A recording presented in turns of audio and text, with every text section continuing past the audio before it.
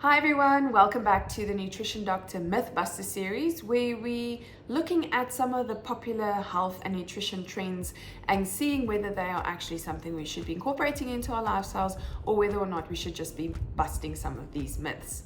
So today we are focusing on a very popular diet that I get asked about almost every single time I see a new client, and it is called the blood group diet. So I'm sure you've probably heard of it before, or someone somewhere has recommended you follow the blood group diet for maybe weight loss or certain health benefits. But today we will be diving into whether or not this diet is actually something we should be incorporating every day, or whether the science is actually showing the opposite. Before we start with the video, just a quick introduction. My name is Melissa Null. I'm a registered dietitian and I'm part of the Body 20 Nutrition Doctor team. Very welcome if you're new here. We do these videos every 2 weeks, so please do follow along. And you are also very welcome to send us any questions if you have any via WhatsApp or email. All right, let's talk about the blood group diet. So the blood group diet was first introduced in 1990.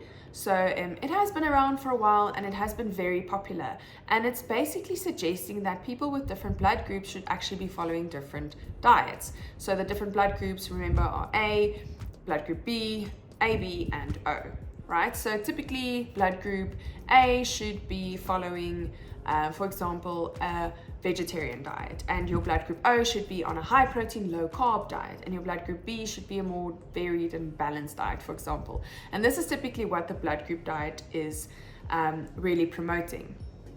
Now, whether or not we should be following this diet is the next question we will be talking about. So looking at the research, because that's actually what we typically want to do. We want to look at the scientific research behind a diet like this, for example, because we don't just want to be following something without knowing what the consequences will be.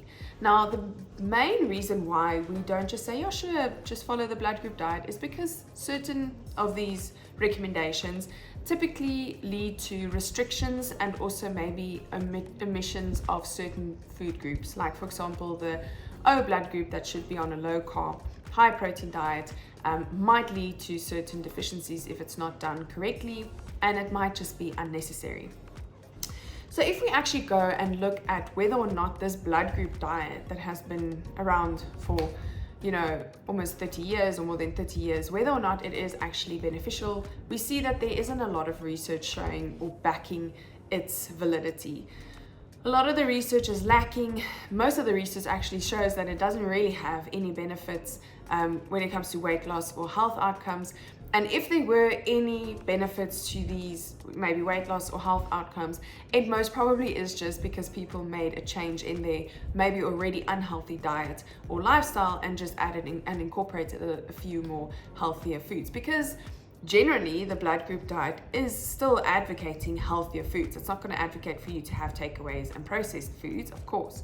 So there is still a certain, amount of it that might be beneficial for certain people. But when you are following it really strictly according to your blood group and you are, eliminating certain food groups out of your diet, you might run into a few problems. And that's mainly the issue that I and a lot of dietitians have with the blood group diet, is that it is advocating for maybe a less varied diet or less balanced diet according to something that hasn't really been science backed.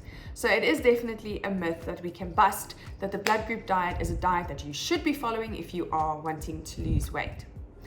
Now, the idea of the blood group diet and eating more specifically for your body is definitely intriguing and attractive. So maybe we can look at that a little bit more in detail and think, okay, but rather than looking at the blood group, because even within the blood group, let's say blood group O, there's so many different variabilities from person to person. So trying to, group everyone with a blood group O in one group and saying that they should be following this specific diet is definitely not very accurate, because there will still be a lot of differences amongst person to person. So if we want to go a little bit deeper and a little bit more specific, we can look at genetic testing. So now genetic testing is something we do see a lot more and a lot more available to us as South Africans. It is something that has been around for many years and mostly overseas, but we do have a lot of very reliable laboratories testing genetic testing at the moment in South Africa. So with genetic testing, this is something that you can maybe look at if you do want to look at eating specifically for your body type or for your blood group. I wouldn't say blood group, but you know, for your body.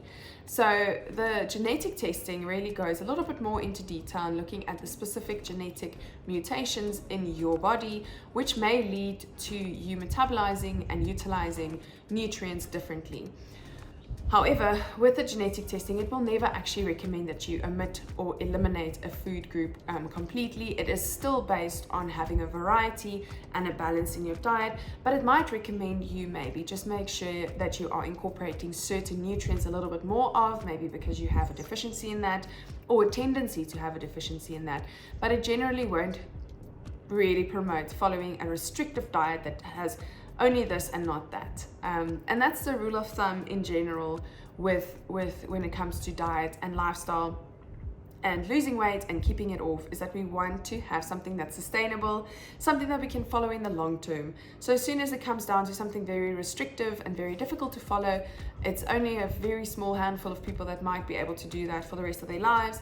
But for the general population that just actually want to enjoy life and have a little bit of a flexibility, we do see that these genetic testings are really cool, because then it can show you where are certain areas that you can focus a little bit more on while still having a really nice, varied and balanced and flexible diet. So if genetic testing is something that you are interested, let us know. If you have any questions, we will send you in the right direction. And then I hope that this has been informative to you. Let us know if you have any questions, and I'll see you in the next one.